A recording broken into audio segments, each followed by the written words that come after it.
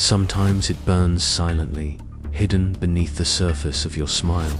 Other times, it explodes, turning your voice into thunder, your fists into weapons, your words into blades that cut even the ones you love. Anger feels like strength. It feels alive. When it rises in your chest, you stand taller. Your blood runs faster.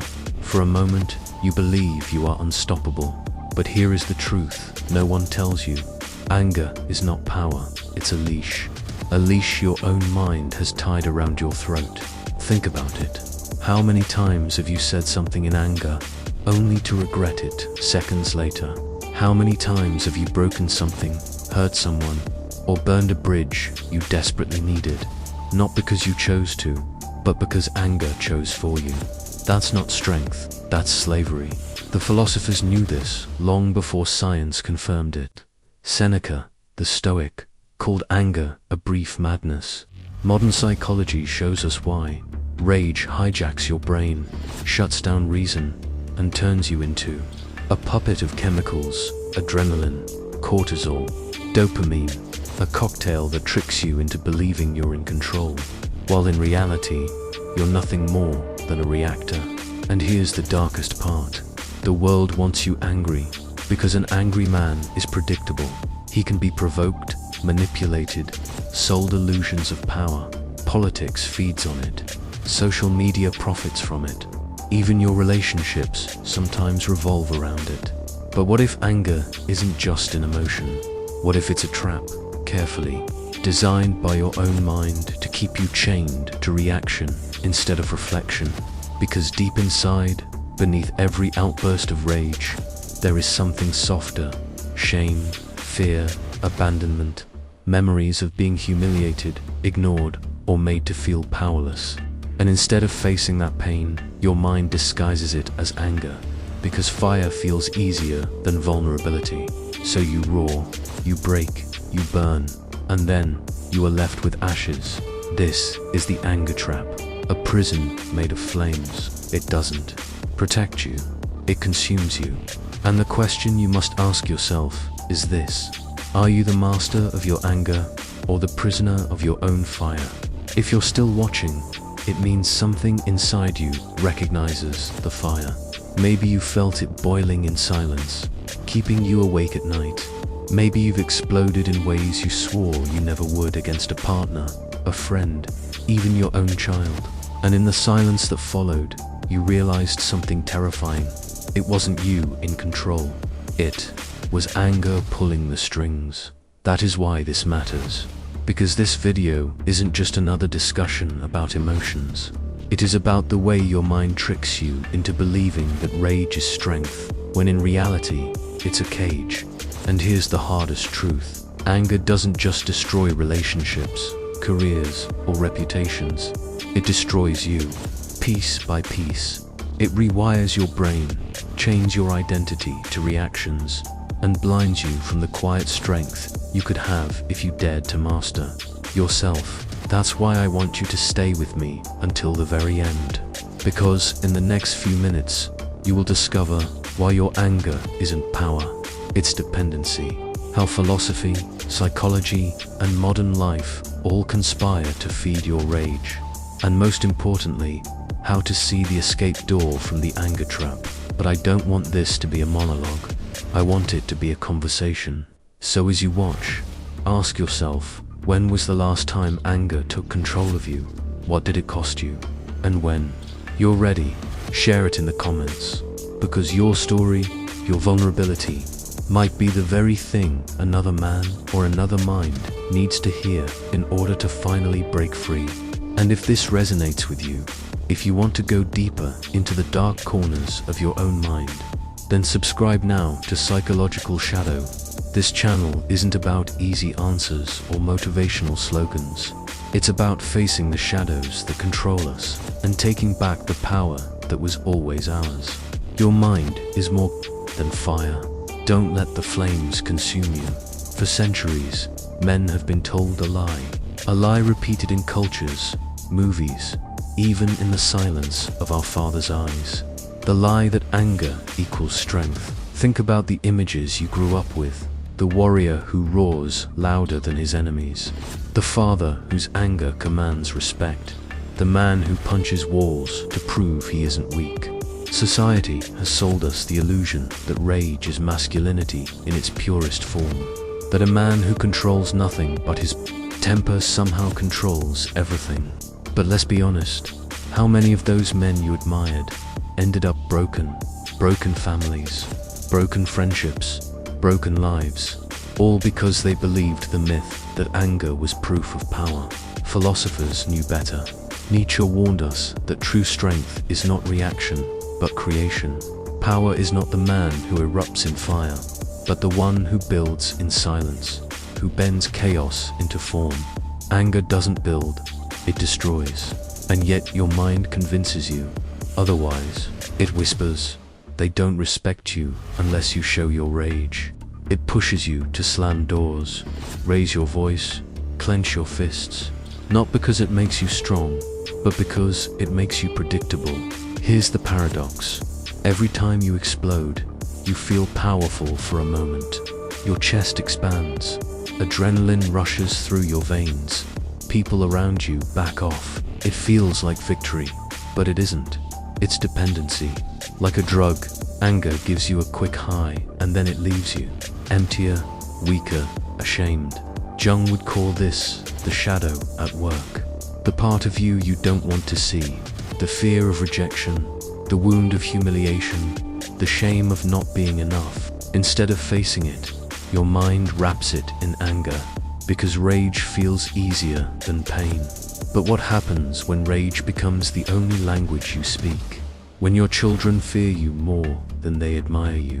When your partner learns to stay silent, not out of love, but out of fear of awakening your fire? When the respect you thought you were commanding turns into distance and quiet resentment? This is not strength. This is slavery disguised as power. Real strength is not how hard you can strike, but how deeply you can endure without breaking. It is not the fire that burns everything around you, but the calm that shapes the fire into light. And until you see through this myth, your anger will own you. It will keep you chained to reaction, blind to the freedom of choice, deaf to the quiet voice inside that whispers, you are more than your rage. Anger doesn't just live in your emotions, it lives in your biology. Every outburst leaves fingerprints in your brain, shaping the way you think, react, and even remember. When rage hits, your nervous system ignites like lightning. Adrenaline floods your veins, cortisol spikes, preparing your body for battle. Your heart pounds, your breath shortens, your muscles tighten, and most importantly, your prefrontal cortex, the part of your brain responsible for logic, reflection, long-term decisions, goes dark. It literally shuts down. The ancient, primitive part of your brain, the amygdala, takes over. That's why anger feels so raw, so primal, so uncontrollable. Because in that moment, you're not reasoning, you're reacting. And here is the trap. The more you explode, the more your brain wires itself to make that explosion easier next time. Neuroscience calls it neuroplasticity. What fires together, wires together. Every burst of rage carves a deeper path in your neural circuits, until anger becomes your brain's shortcut, the default road it takes whenever frustration, pain, or insecurity arise. Think of it like this. Every time you give in to rage, you're training your mind like a dog. Except the dog isn't learning obedience. It's learning to bite first, think later. And like any drug, anger has a payoff. The chemical storm brings dopamine, the same neurotransmitter linked to addiction. That's why some people almost enjoy that rage. They slam doors, shout louder, break things, and feel a twisted relief afterward. But what they don't realize is that this relief is not strength, it's withdrawal. The crash after the high. Over time, this cycle leaves scars. Your body stays in a state of alert, even when nothing is wrong. Your relationships weaken, your health suffers higher blood pressure, weakened immunity, even shortened lifespan. And yet, your mind keeps justifying it. that's just who I am. I have a temper. But no, that's not who you are. That's who you've been programmed to be, by repetition, by chemical conditioning, by a mind that found an easy path and decided to take it again and again. The saddest part, every time you surrender to rage, you lose a piece of yourself, not just the trust of others, but the trust in your own capacity for choice. You teach your brain that fire is the only language it knows, and soon silence feels impossible, patience feels foreign, control feels unreachable. This is the neural prison of anger, a cage made not of iron, but of neurons and hormones. One that convinces you the bars are invisible until the day you realize you haven't lived free in years. And here lies the question. If your brain is capable of being programmed by anger, what would happen if you dared to reprogram it for peace? If anger rewires the brain, then philosophy rewires the soul. Long before neuroscience measured hormones and neurons, ancient thinkers warned us, rage is not strength, it is slavery. Seneca, the Stoic, called anger a brief madness. Marcus Aurelius wrote that the strongest man is not the one who conquers nations, but the one who conquers himself. Even Aristotle, centuries earlier, argued that virtue lies not in avoiding anger altogether, but in mastering the exact moment, the exact degree, the exact purpose. Self-control was never about repression. It was about choosing freedom over reaction. And yet, how many of us live chained to the opposite? In our world, today, anger has become currency. Politicians fuel it because an outraged crowd is easier to control than a thoughtful one. Media amplifies it because clicks, views, and headlines feed on conflict. Social networks thrive on it because algorithms know nothing spreads faster than rage. And so you are constantly provoked. Scrolling your phone, you stumble into outrage. At strangers, at news, at fabricated scandals. The world whispers, be angry, be divided, be loud. Because as long as you are in reaction, you are not in reflection. As long as you are consumed by rage, you are too busy burning to notice who built the match. This is the hidden danger of the anger trap. It is not just personal, it is collective. Whole nations are torn apart because men confuse shouting with leadership, destruction with strength. Entire communities live in cycles of violence, not because they lack power, but because they have surrendered it to the illusion of anger. But philosophy offers another way. The Stoics practiced pausing before reacting, a conscious gap between stimulus and response. In that gap lies freedom, the ability to choose whether to let anger own you or to let wisdom guide you. Think of self-control not as weakness, but as the highest form of rebellion. In a world that profits from your rage, staying calm is a revolution. In a society that teaches men that fire is proof of masculinity, silence becomes a weapon sharper than any shout. The truth is, anyone can explode. It takes no discipline to slam a door, break a plate, or scream louder than the person next to you. That is easy. But to remain still, to breathe, to let anger pass through you without becoming you, that requires strength. Most men will never know. Because mastery is not about denying your shadow. It's about refusing to let it rule you. So ask yourself, are you truly powerful when you erupt? Or are you simply another puppet in a world that thrives on predictable reactions? The philosophers knew that, neuroscientists proved it. Now the question is, will you choose to repeat the cycle or to break it? By now, you see it clearly. Anger is not strength, it is a trap. A fire that burns you from the inside while convincing you that you are holding the torch. But here's the truth that changes everything. You can escape. Escaping the anger trap is not about never feeling anger again. That would be impossible and even dangerous. Anger, in its purest form, is a signal. It tells you something feels unjust, something needs change, something inside you is calling for action. The problem is not anger itself. The problem is letting it own you. So how do you break free? The first step is awareness. Before anger explodes, it whispers. Tension in your jaw, a shift in your breathing, a tightening in your chest.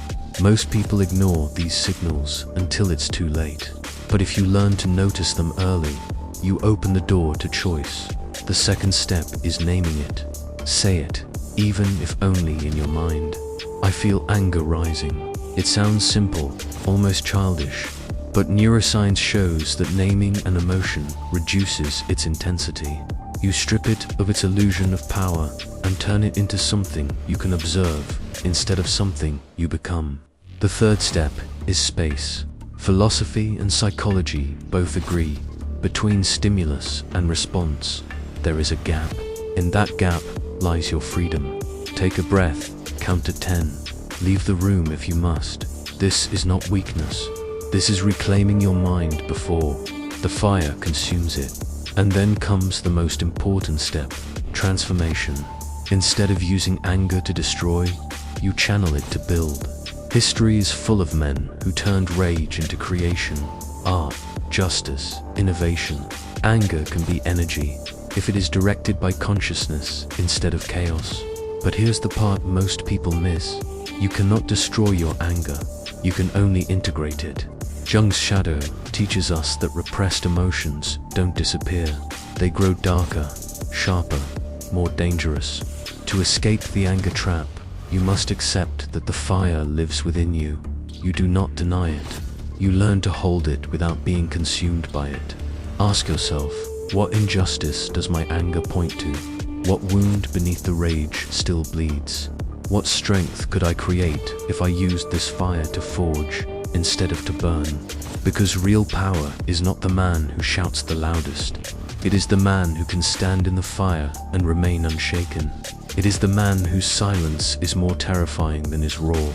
It is the man who chooses when to unleash his strength and when to let it rest. The world does not need more men trapped in their anger. It needs men who have mastered it. Men who can feel the fire without losing themselves to the flames. Men who transform rage into clarity, destruction into creation, reaction into choice. And that man can be you. Now it's your turn. You've seen how anger rewires your brain, how society manipulates your rage, and how your mind disguises fire as strength. But the real question is this: are you the master of your anger or the prisoner of it? I want to hear your story. When was the last time anger took something from you? A relationship, an opportunity, your peace? Share it in the comments below. Your honesty may be the spark that helps another man escape the same trap. And if this video spoke to you, if you recognize the shadows in your own mind, then don't walk away without subscribing. Because Psychological Shadow is not just a channel, it's a mirror. A mirror that forces us to confront the parts of ourselves that society tells us to hide. Hit subscribe, join the conversation, and let's reclaim the mind that was always ours. And if you're ready to go even deeper, to explore the tools, meditations, and dark truths that we can't share here, check out the exclusive content on Gumroad. The link is in the description. Your mind is more than fire. Don't let it burn you. Learn to hold the flame and let it light the way.